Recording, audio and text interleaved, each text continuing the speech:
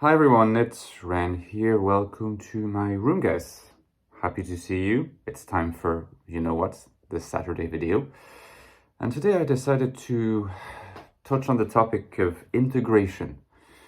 And you'll understand in the course of this video what I mean by that. It's a term that is quite common, frequent in type discussions, particularly among people who are really interested in the more technical aspect of type analysis. But precisely one of the insights that I would like to convey in this video is that as good as this analytical dimension is, it's very useful, I think, to conceive of integration within a more holistic framework. So before I move on, the usual little moments where I promote my work. Ecstatic Soul.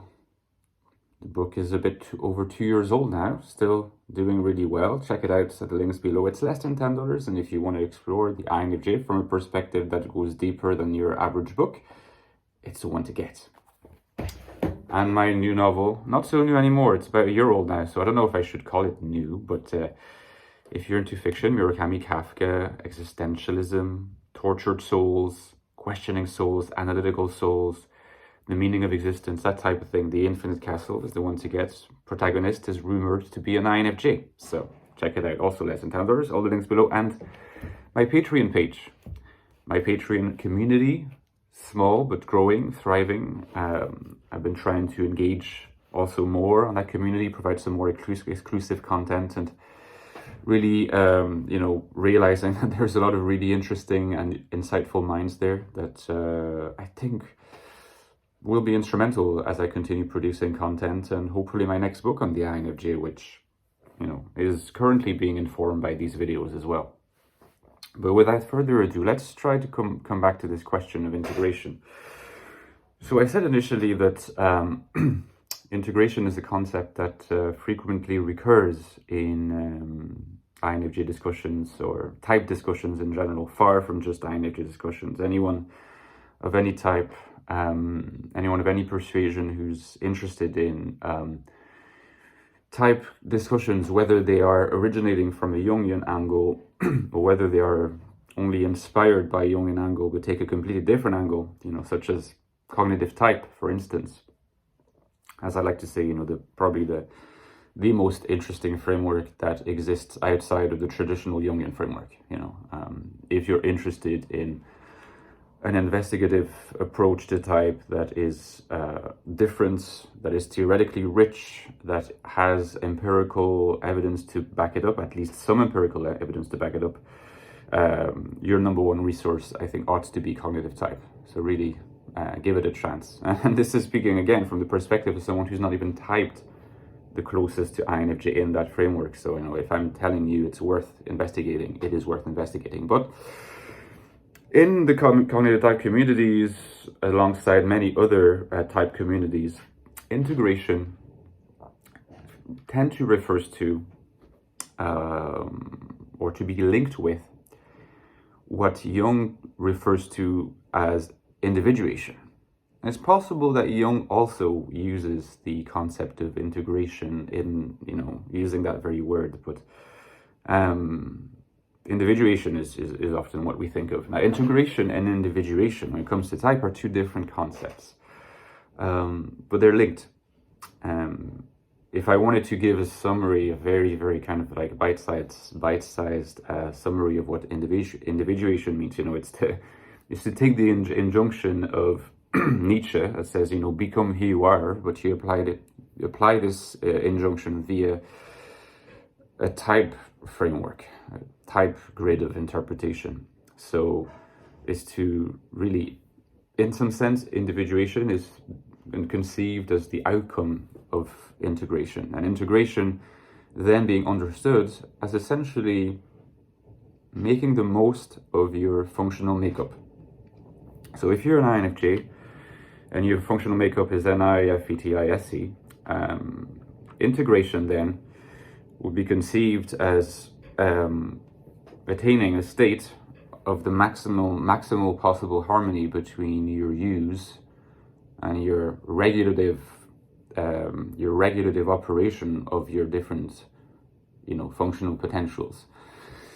So then an INFJ, you'll often encounter, perhaps if you're a little bit younger, perhaps if you're going through some mental health issues, there's perhaps if you're in a certain culture that promotes individualism more so than in another culture, or if within your individualistic culture you do not belong to a kind of subculture, or in a community that promotes something that is less individualistic, you might encounter challenges having to do with promoting the value of a function, or maybe a dyad of functions, at the expense of the other ones.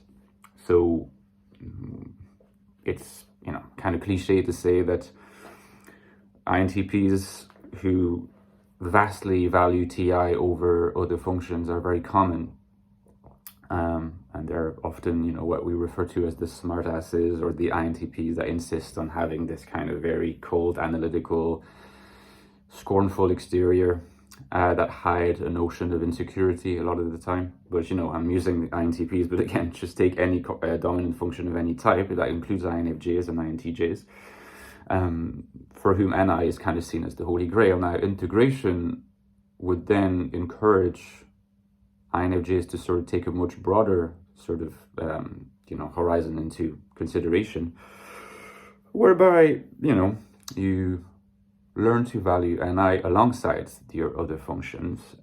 You certainly make sure that you don't end up valuing your introverted functions at the expense of your extroverted functions.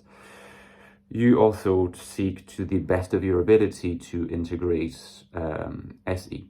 Now, there is different, again, schools regarding how you can integrate such a function as SE, that is to say, your inferior function in the traditional Jungian sense, in an MBTI sense as well. So that, and I go on about this all the time.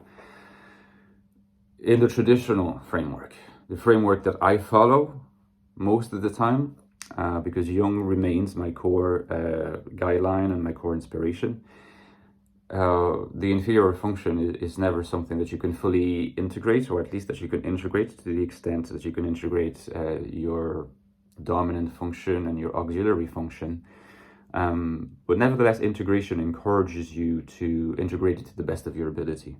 That starts, perhaps almost, when it comes to SE, probably starts at the level of the emotions and of your value considerations, so that it's probably going to be very hard for an INFJ to integrate SE, again, to attain maximal integration of SE, if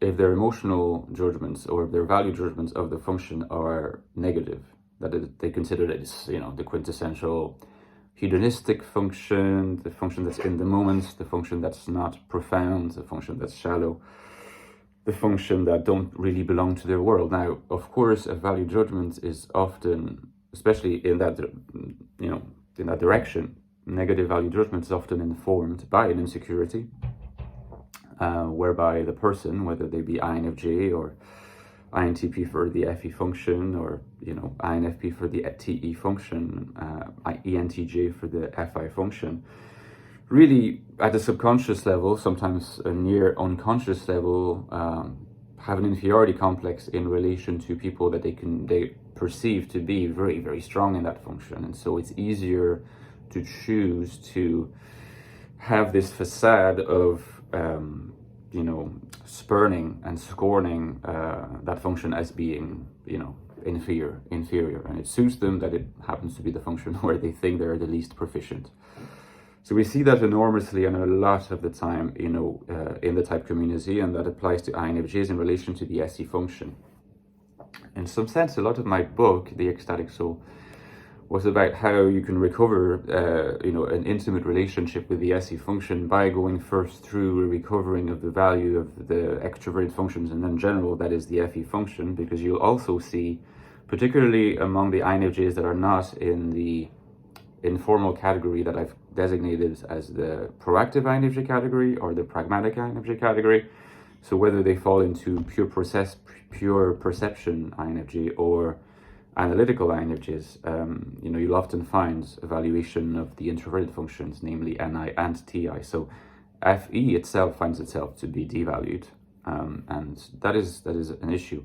In many ways, you can come to a nearly automatic evaluation and harmonization of the SE function if you engage your FE function, and it's kind of a gateway because it's easier to engage.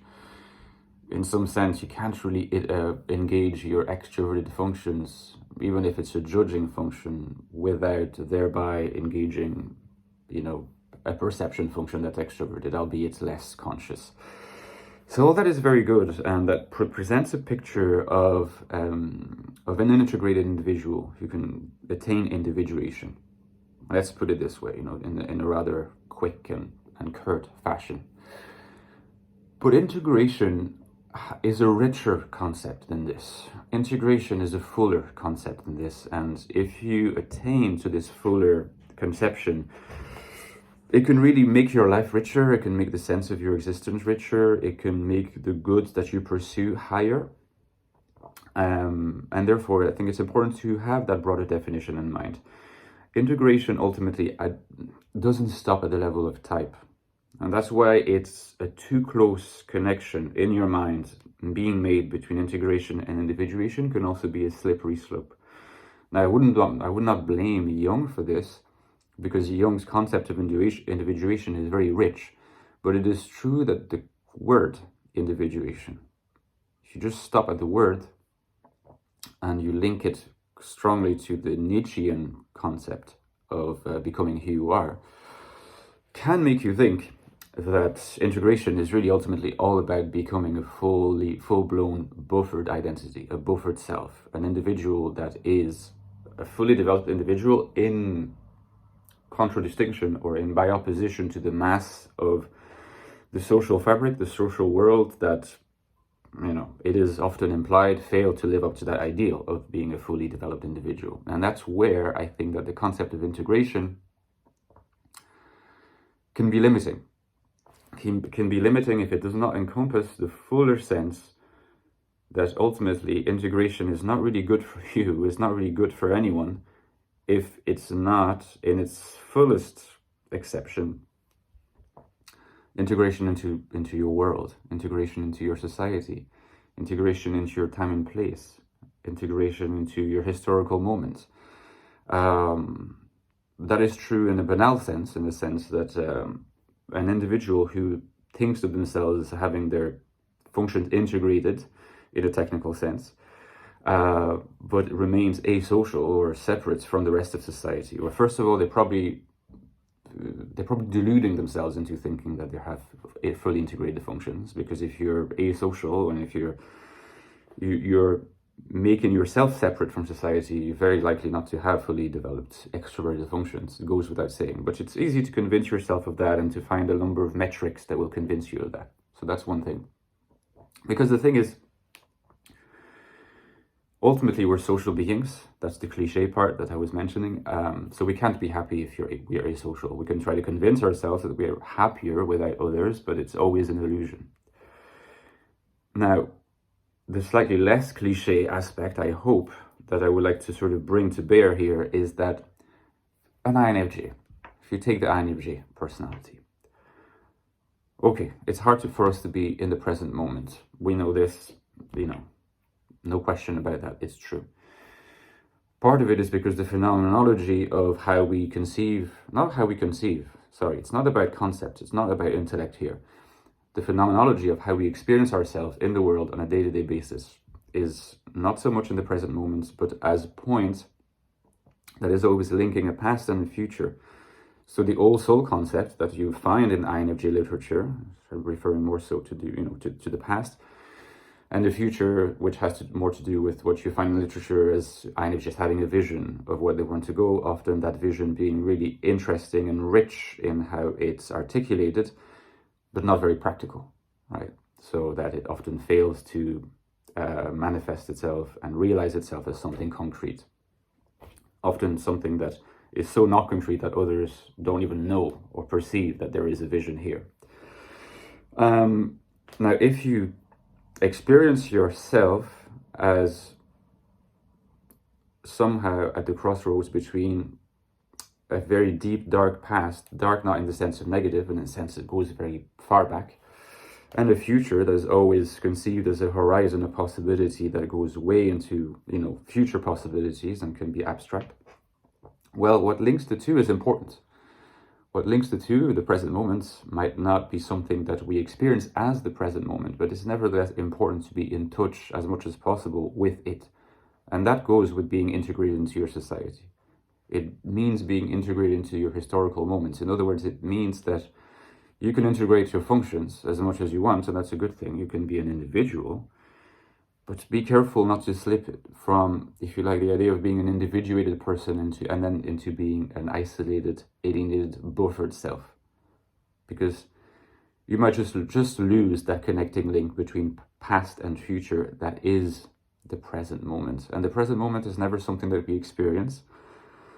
Sometimes we think that's because we are low in SE, but really, if you think about it, maybe it is part of the human condition not to experience the present moment, because the present is always slipping away from us, existentially speaking.